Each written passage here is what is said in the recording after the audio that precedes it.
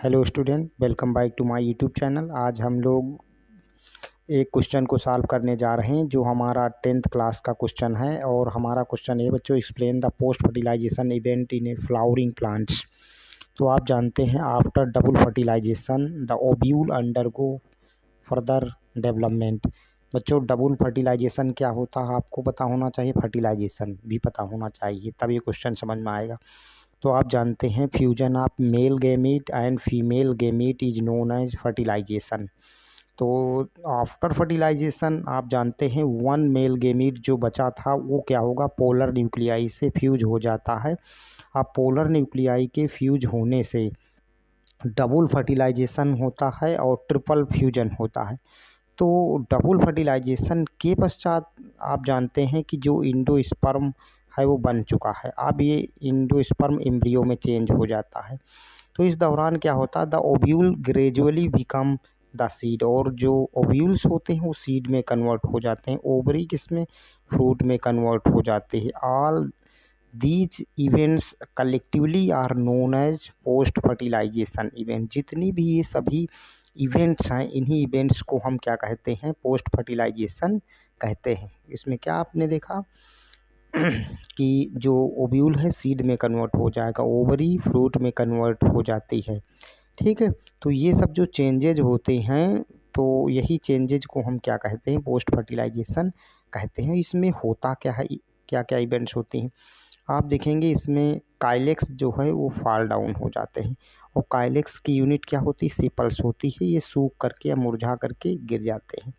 Corolla में क्या होगा बच्चों, आप यहाँ पर देखेंगे कोरोला भी क्या हो जाएंगे, सूख करके या फॉल डाउन हो जाते हैं। कोरोला की यूनिट्स पेटल्स होती है। स्टेमेंस क्या होंगे बच्चों, स्टेमेंस भी फॉल होकर के गिर जाते हैं, इसीलिए हमने लिखा है यहाँ पर fall after dehiscence of the anther. इसमें जो स्टेमेंस हैं वो निकल जाते हैं और ये निकल करके क्या हो जाते हैं, सूख जाते हैं या गिर जाते हैं। स्टाइल और स्टिग्मा क्या होगी बच्चों, ये भी फॉल ऑफ हो जाएगी या सूख करके गिर जाएगी। ओवरी किस में कन्वर्ट हो जाएगी, वो बच्चों फ्रूट्स में कन्वर्ट हो जाती है। इसके अतिरिक्त दूसरे चेंजेस क्या होंगे बच्चों, आप यहाँ पर देखेंगे। ठीक, जो ओवरी वाल है वो पेरिकार्प बना लेती है, यहाँ पर आप देखेंगे। और ओव्यूल्स क्या करते हैं, सीड में कन्वर्ट हो जाते हैं। फॉन्सिल्स जो होगी वो स्टेल्क में कन्वर्ट हो जाती है, स्टेल्क ऑफ सीड में कन्वर्ट हो जाती। हाइलम जो है वो क्या करता है, ओव्यूल्स को कनेक्ट करने वाला स्थान होता है जहाँ पर फॉन्सिल्स और हाइलम आपस में जुड़ते हैं। न्यूक्लियस क्या होता है बच्चों, पेरी स्पर्म बनाने का कार्य करता है।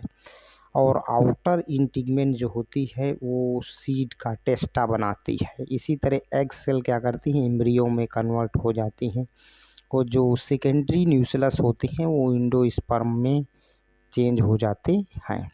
आगे हमने इसमें नोट में ये घटना बता रखी है, आप देख लेंगे। तो यहाँ पर ये बताया गया है बच्चों कि जो सोलेनेसी फैमिली होती है उसके सभी फ्लोरल पार्ट क्या होते हैं, गिर जाते हैं। लेकिन उसमें जो काइलेक्स पार्ट होता है वो परसिस्टेंट होता है, उसमें किसी भी प्रकार के चेंजेस नहीं होते हैं। और जब यहाँ तक कि फल पक जाएगा तब भी आप देखेंगे मिर्च में, टमाटर में, बैंगन में वो हरे रंग के काइलेक्स सदैव लगे रहते हैं। इसी कंडीशन को हम परसिस्टेंट काइलेक्स बोलते हैं।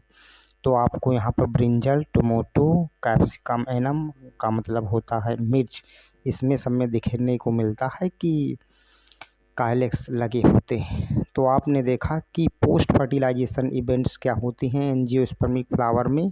तो ये बहुत ज़्यादा पूछा जाने वाला क्वेश्चन था, तो इसको आप सॉल्व कर लेंगे। और आप समय नहीं, आप जो भी तैयारी करें मजबूत ढंग से करें और लीक करके तैयारी करें। और इस वीडियो को आपस में शेयर करें जिससे आपको जो नॉलेज है वो आपका वो कंप्लीट नॉलेज मिलेगा। इसके साथ में आपकी पूर्ण तैयारी भी हो जाएगी। तो मिलते हैं बच्चों नेक्स्ट वीडियो में।